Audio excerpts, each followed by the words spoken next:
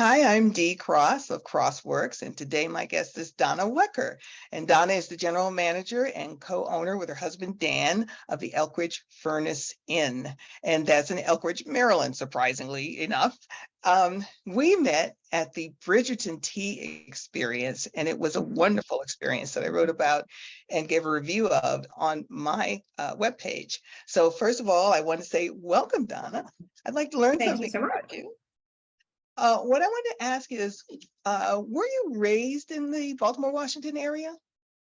I am a Baltimore-born girl, St. Agnes Hospital, and but my parents did move into Howard County when I was, a young thing.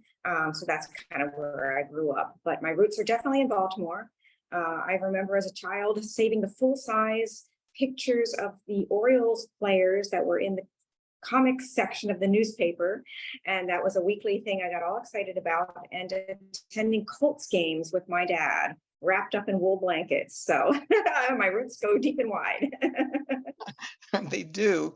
Now, you're an award-winning ballroom dancer. That is fascinating to me. What got you interested in that? So it just kind of, again, fell into my radar. And when it did, I fell deeply and passionately in love with the whole process. I had always been an athlete, but never danced. And just loved the music, just loved the partnering, just loved the whole atmosphere. And of course, as a highly competitive person, I jumped right into the whole competitive thing when it was brought to my attention, and just thought, wow, this could be a lot of fun. And surprisingly, did well, and really enjoyed the experience. How many awards have you won about? Well, again, I didn't compete that much, because I did compete with a professional, an Italian from the Bethesda area, a very high level dancer. Of course, I have to pay for my lessons, and I also have to pay to compete, also have to pay for the gowns. So I was very selective in, my choices for, actually competing. So I figured if I was going to do it, I was going to go for the big guns and, do some of the more major competitions, and did end up competing a couple times overseas. But kind of the mecca for the ballroom world is Blackpool in England. And so again, if you have won at Blackpool, you're the top of the top of the heap. And so the first time that we had an opportunity to compete there, and thank goodness for my frequent flyer miles with the business card, but we actually came in second place out of 25 couples from around the world, and decided to come back the following year. The woman who had beat us the first time around was 15th. And we were first out of 47 couples. Wow. So it was very exciting, very exciting. And plus, it's just a beautiful atmosphere there. I mean, the Winter Gardens ballroom there is just, again, with the Bridgerton tea, and all the pomp and circumstance, of all that, just to experience, again, just this gorgeous, gorgeous, highly decorated ballroom that felt like you were dancing in a cathedral. It was very ethereal, and felt like you could just dance forever. I just really enjoyed not only, of course, competing there, but also watching all the best couples in the world, competing in the professional and different competition categories. So you go from competing and winning in dancing to opening up a restaurant. How did that come about? Well, the restaurant's been a long, long, long time. The dancing actually was a more recent thing. So my husband and I put a bid into the state of Maryland. They had a resident curatorship program, had never used these historic properties that they had acquired in a commercial sense. But we found out about the program and put a bid to do a business. My husband, again, had been trained as a chef, had apprenticed 4.5 years with a French chef, and learned all the disciplines of the French kitchen. But because, again, unless you're an owner, it's kind of hard to support a family. He'd also learned to print. So he was printing at the time. We wanted to get him back in the business. We put this bid. The state was intrigued. They, liked what we had to say, and started the whole thing going. So we came onto this 12-acre historic property back in 1989. Yes. And so it's been a long process. Now, again, I was 7 months pregnant at the time. That way, actually, where I'm sitting right now, our garden house dates to 1830. It was actually a resident curatorship we lived here 12 years, and then we turned it into our commercial lease with the state about 8 or 9 years ago. Again, it was a long process, just getting all the permits and what have you. You can only imagine the challenges of being in business. But anyway, so we've been on the property a long time. I've been, part of things in different ways. I did, some basic office work for a time. But really, I went back to school and got degrees in linguistics, French, and then intercultural communication masters, and taught at the university here at UMBC, and English as a second language at our community college. So it's really only been about the last 8 years that I have worked full time, for our business, switched gears, and my role continues to grow. Yes, as I learn more and can have more effect on what we're doing. Well, I know you have the weddings and you have the themed dinners also, but I'm truly interested in the themed teas. Yes. So how did you come about with the idea of having the teas? Yes. So again, we've been doing business on the property since 1992. Took us a few years to, get things to the point where we could have guests. And then again, our children were raised in the business. My daughter actually apprenticed under different professional pastry chefs that we had. And then she became our, lead, pastry chef, and did that for about 20 years. So I know my daughter was very instrumental in a lot of the tea themes and, and what have you. So we have been doing teas on a much smaller scale, because when I first had started, really, they were just the adjoining rooms inside the house. And we could have really, no more than, 30 or 35 guests in that space. If we were doing a literary tea, it was very limited.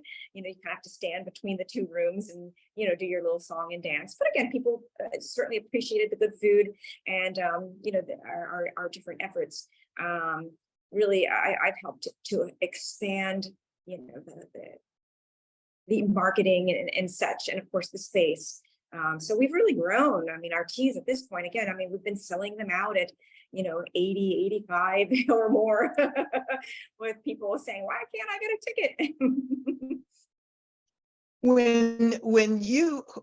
So who came first with the idea of saying, let's do teas, let's do themed teas? Was that you or the daughter?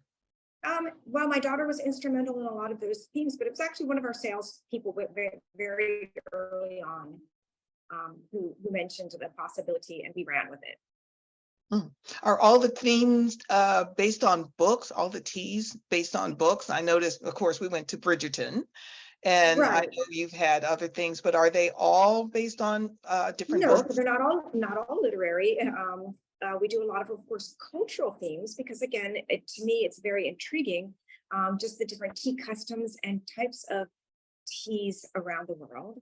And so we've done, themes from India and from Japan and from Persia, all sorts of different places. Actually, even exploring, again, my interest in French culture. You don't think of the French for teas, you think of England, of course. But really, before the French Revolution, the tea custom was very important to the French. And we did do a themed tea a couple years ago, Tea with Marie, of course, Marie being Marie Antoinette. And, with the research that I had done both about her life and also about, teas, I was able to actually obtain, some teas that came out of Versailles and some other places. And again, it's just fun to learn new things, explore new flavors and customs. You give your guests a really wonderful experience by playing a role as the kind of moderator of the tea, the person who gives the instructions. Like, of course, I'm enjoying one of my Bridgerton teas right now. This is the Paris tea. And what I learned from you was not to raise the pinky. It's very rude, at least in English custom. So I sip now properly. I must let you know, I learned something from you, see, by going there. So you play roles as you have a different theme. What are some of you played the Queen at Bridgerton, as a matter of fact. Correct. What are some of your favorite roles? Oh, golly. I think the very first role that I ever did, believe it or not, I don't know if you've ever had the joy of reading Anne of Green Gables, or seeing the beautiful PBS series that was put on about that. Prince Edward Island. I mean, it's a series of books that was written about a young orphan girl. Anyway, never read it. It's great reading. Okay. But I got to play Anne with her pigtails and temper. And of course, she's just a wildly curious person, which reminds me a little bit of myself. So again, one of the first roles that I played that I really enjoyed. But I also, again, because the writer in me has enjoyed taking texts and putting them into what I call tea plays, So The Secret Garden by Frances Hodgson Burnett. I took that book actually when I was at Blackpool, England, and I literally put everything into the first person from Mary Lennox's perspective, and really went through the whole storyline, from her perspective. And so it was fun to perform, but also just the process of, writing and owning it, making something like that, my own, has been a very gratifying experience as well. So that was fun. Another one that we did was The Tao of Pooh. And so Pooh Bear. And now, again, I needed some support staff for that. So I was Pooh, my daughter was Piglet. We actually took Chef Dan and we put rabbit ears and a tail on his white chef coat and made him say a few lines. But that actually is a very witty philosophical book, and that's kind of, the type of literature that I love, including The Little Prince. Again, which is very classic French literature. In fact, The Little Prince is so famous that he was on a franc note before the French went to the euro. I did not know that. Business when it's The Little Prince, but I got to do The Little Prince and figure out in a very small space, how we can again pull something off like that in a new and refreshing way. So yes, I had a speaker that you couldn't see in the back that was the narrator, and then I was the Little Prince. Yeah. So again, it's just fun to use those creative energies in different ways, and guests have really enjoyed it. So I have to tell you that Secret Garden is one of my absolutely favorite books. I have it on my nightstand. And when I feel like I can't sleep, I just pull a random page out and start reading for, nice. A little chapter until I feel ready to go to bed. So let me switch gears to answer a question that I wanted to ask before. And that was, how do you decide on these amazing menus? So it is really a team effort. I'm one of 5. My husband's one of 7, as far as we grew up in a team. But even in our kitchen, we do, when we have our seasonal menus, my husband has a team meeting, with his chef de cuisine and sous chef, and asks everybody to submit ideas, and then of course in the end he has to make the final choices. But also with our teas, now we've used different books. And again, thank goodness for Amazon. It's just so easy to think, gosh, we're going to do The Hobbit. I'm sure there's a cookbook out there, so poof, we have the Elven cookbook, and, I hand it off to my team downstairs and they have fun going through it, or maybe I'll make suggestions. So, it really is collaborative effort. Well, I remember the scone in particular that we had for the Bridgerton tea. It was so delicious, but everything was just fabulous. And the portion sizes, you look at them, and I said this in my review, one would look at them and say, oh, these are really, really little. And visually, we're Americans, we're so used to seeing, hamburgers like this and, lobsters like this. But they were the exact correct size for you to get ahead with all of them. So let me ask another question of you. Which do you feel of all of the teas that you've done have been the most successful? We're not just serving tea, we're also serving hospitality. And, hospitality means you put a personal touch, you look people in the eye, you greet them warmly, you listen to them, you give them space to be who they are. And then you add something a little magical to that space, and so I don't know, every month we get excited and my team too, even my, little hospitality assistant, my little office assistant, is helpful to make, creative little, table numbers and the trifold menus that we do. We try to, add little personal touches and creative things, to all those spaces. And Mhm. so we love the process. And then we are just so happy that people enjoy what we do. Are you planning on having any of the themes repeat in next year? For instance, the Yes. Bridgerton? So you asked about, most successful. Now we have been doing for, gosh, well over 10 years as a tradition, our Dickens literary teas. So it's always between Christmas and New Year's that we, do that particular event. Either, I have read, but we've also hired professional, readers, to do that. We read through the whole Christmas Carol. Oh, And again, it's just, I have a couple guests who have come every year for 13 years, and it's their tradition. And so to stop doing that would be kind of sacrilege, I guess. And again, it's the menu's pretty much always the same. There's going to be a little goose. There's going to be a little, things that you can gather from the literature itself, and then in the time period and such.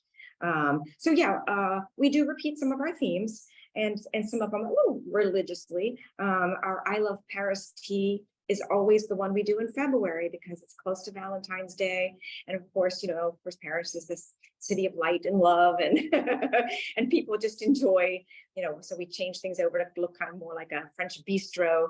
And so again, a few themes. Now we just did for the second time our Bees and Butterflies tea in conjunction with National Pollinator Week, which again, I didn't know there was a National Pollinator Week till I did this research, but people just went gaga crazy over the idea because again, people want to be friendlier to the earth. They want to learn more things. They want to celebrate those things. And so our menu included, again, local honey from our Elkridge, honey farmer, and teas from our Howard County tea farmer, and different ways that we're collaborating in the community as well, which again is something else that I really enjoy doing. So that theme again is going to keep going because people want it. yes. I had to turn people away. I hope Bridgerton will, and I will look forward to maybe Secret Garden next year if that comes up. I'm going to share your website on the screen. So here we have, and I actually, if you go to in-house events and go to upcoming events, you're going to find out basically there was the Secret Garden April, great month because that's my birth month. That might have to do it then. If you have it then the next time, and I see the Dickens literary teas coming up, and also the Harvest tea will be soon, and we're going to have from farm to table.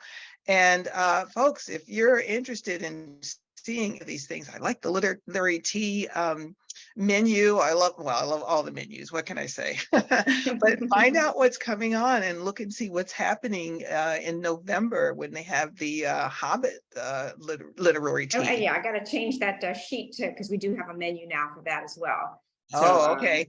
Yeah, okay. I'm seeing that needs to be updated. So that's good. Learn all these things, but go to the website and you'll find some very interesting things. Wonderful events are occurring there. Is there anything else that you wanted to add? Do you want our viewers to know about that I might not have touched on? Well, I know, again, I know we do attract a lot of tea aficionados like yourself. And, we say we do a 4-course deluxe tea. And so it's a little different, again, than some places you might go for tea with the tiers or what have you. So we do have that scone course, although occasionally we have to switch that up for our I Love Baltimore Hun Tea Fest, which is our July tea tradition. We do biscuits. And so mom's biscuits, it just have to be with a little honey and butter. But then we have our soup salad course, our savories course, and then our sweets course, of course, to top it up. And then we pair each course with a different tea. And so again, it gives people a chance to explore so many tastes and flavors. So again, we just do it a little differently, perhaps in some tea rooms, but it's our tradition and it's the way that we do it. And people seem to really enjoy it. And they do. It works. As a matter of fact, I have a friend who went to the Hun tea, and she said, "I think that you served the black and white cookies, but yours were a lot better than the The burgers, and yeah, we say I burger won't with the name quotation. any names, but then the commercial product, and so that's something I have to kind of maybe think about for next year too. Well, thank you so much for spending all this time with me, and I'm looking forward to the next tea that I can come to very soon. I'm not sure when it's be, but you're making it very, very, very tempting to attend all of them because they seem so fascinating. Donna Wecker, thank you so much for joining me today. It was my pleasure.